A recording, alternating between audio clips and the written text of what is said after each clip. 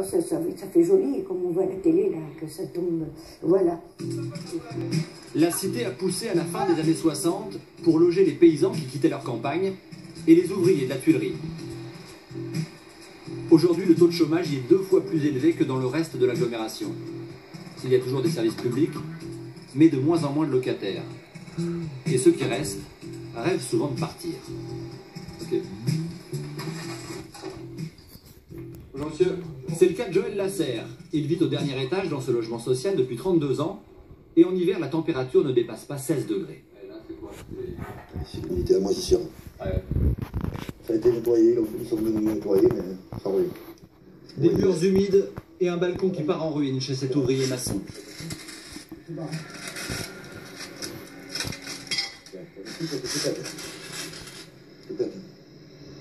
Ça, c'est pas normal quand même. Surtout que je suis du bâtiment, donc je sais ce que c'est. Avec sa femme, il cherche un appartement ailleurs. La dégradation du quartier a aussi des conséquences sur le petit centre commercial. 5 boutiques ont fermé depuis 3 ans. Le tabac est devenu un dépôt de pain.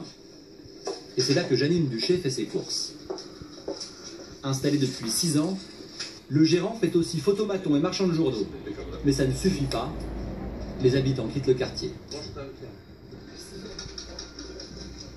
On est obligé de créer plusieurs activités pour essayer de faire revenir plus de monde et essayer d'éviter donc cette évasion de clientèle, quoi.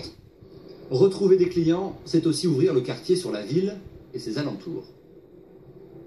Pour l'agence de rénovation urbaine, un chantier à 100 millions d'euros. Voici le Garros vu du ciel. En jaune, le centre commercial. En rouge, la tour d'Artagnan qui doit disparaître pour laisser place à une nouvelle route. Car la circulation, c'est le grand défi. Démonstration avec l'un des responsables du projet. Et c'est vu du ciel, encore une fois, que l'enclavement du quartier apparaît.